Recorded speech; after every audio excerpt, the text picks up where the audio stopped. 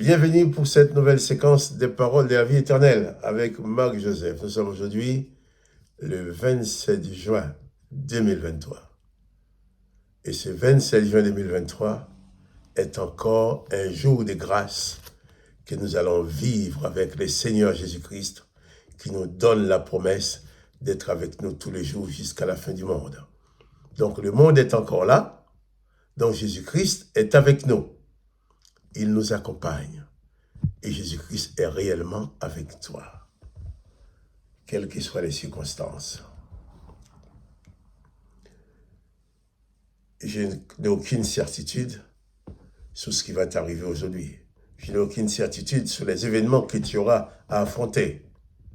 Mais j'ai une seule certitude que je te communique, c'est que Jésus-Christ est avec toi. Il va vivre cette journée avec toi. Durant cette journée, tu as part à sa grâce, à sa bénédiction. Tu as part à son pardon, à sa protection. Et quelles que soient les circonstances, Jésus-Christ saura toujours t'accompagner. Et si Jésus-Christ est avec toi, la victoire est avec toi, la grâce est avec toi, le pardon est avec toi, l'amour est avec toi, la compassion est avec toi. Jésus-Christ est le même, dit la Bible. Hier, aujourd'hui, éternellement. Jésus-Christ dit, tout pouvoir m'a été donné. Et si c'est Jésus-Christ qui est avec toi, ce n'est pas n'importe qui. Alors souviens-toi et n'oublie pas que tu n'es pas seul, tu n'es plus seul. Pas de panique. Le Tout-Puissant t'accompagne. C'est lui qui fait tout à merveille, comme disent les gens. Que son Saint-Nom soit béni. Que toi aussi, tu sois béni. Je vais continuer avec toi la lecture de l'évangile de Marc, chapitre 8. Cette fois-ci au verset 14. Nous avons vu que les pharisiens qui étaient là, non pas pour recevoir les enseignements de Jésus ou les bénédictions de Jésus, mais ils étaient là seulement pour piéger Jésus. Le texte nous dit, Jésus-Christ les quitta. Nous lisons, puis Jésus-Christ les quitta et remonta dans la barque pour passer à l'autre bord. Verset 14. Les disciples avaient oublié de prendre des pains. Ils n'en avaient qu'un seul avec eux dans la barque. Jésus leur fit cette recommandation. Gardez-vous avec soin du levain des pharisiens et du levain d'Hérode. Les disciples raisonnèrent entre eux en disant, c'est parce que nous n'avons pas de pain. Jésus l'ayant connu leur dit, pourquoi raisonnez-vous sur ce que vous n'avez pas de pain? Êtes-vous encore sans intelligence? Et ne comprenez-vous pas? Avez-vous les cœurs endurcis? Ayant des yeux, ne voyez-vous pas? Ayant des oreilles, n'entendez-vous pas? Et n'avez-vous point de mémoire? Quand j'ai rompu les 5 pains pour les 5000 hommes, combien de paniers pleins de morceaux avez-vous emporté? 12, lui répondirent-ils. Et quand j'ai rompu les 7 pains pour les 4000 hommes, combien de corbeilles pleins de morceaux avez-vous apporté? 7, répondit-il. Il leur dit, ne comprenez-vous pas encore? Voilà. Jésus en appelle à notre compréhension. Jésus demande de se méfier du levain des pharisiens, mais pas de leur pain, mais de leur hypocrisie, de leur façon d'être. Mais les disciples n'avaient pas compris. Ils disaient, ah ben oui, c'est peut-être parce qu'on n'a pas assez de pain, on n'a pas assez de pain. Jésus leur rafraîchit la mémoire.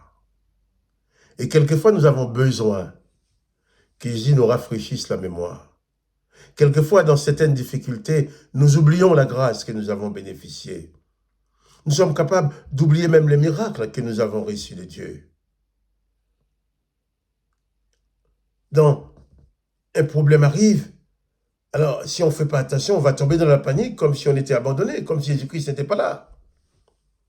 Jésus-Christ veut nous rafraîchir, veut te rafraîchir la mémoire. Souviens-toi ce qu'il a déjà fait pour toi. Jésus va lui dire, mais 2 fois, j'ai rompu le pain, j'ai multiplié du pain. Vous avez un pain, mais moi j'en ai nourri des milliers de personnes. Vous avez emporté une fois 12 paniers, d'autres fois 7 corbeilles.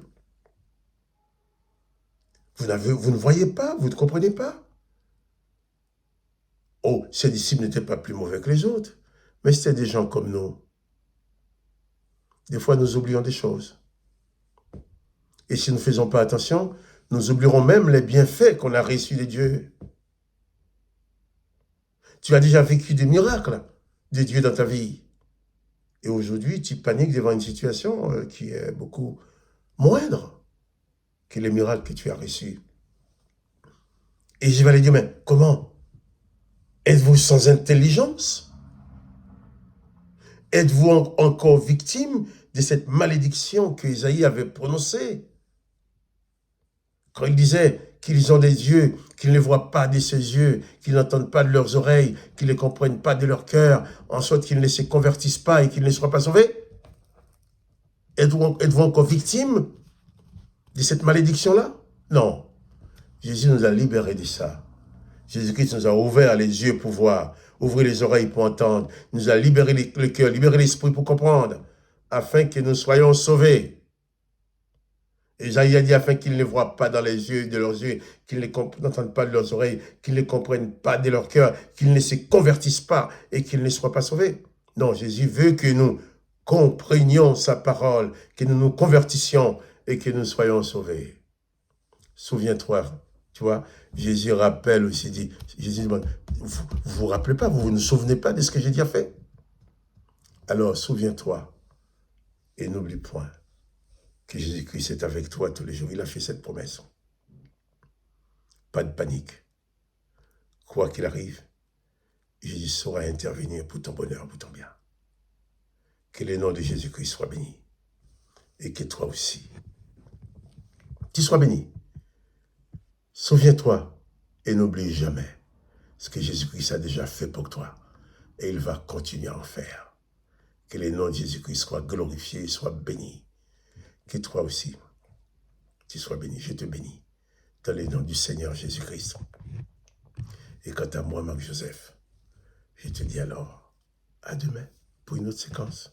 Souviens-toi, n'oublie pas que Jésus-Christ est avec toi.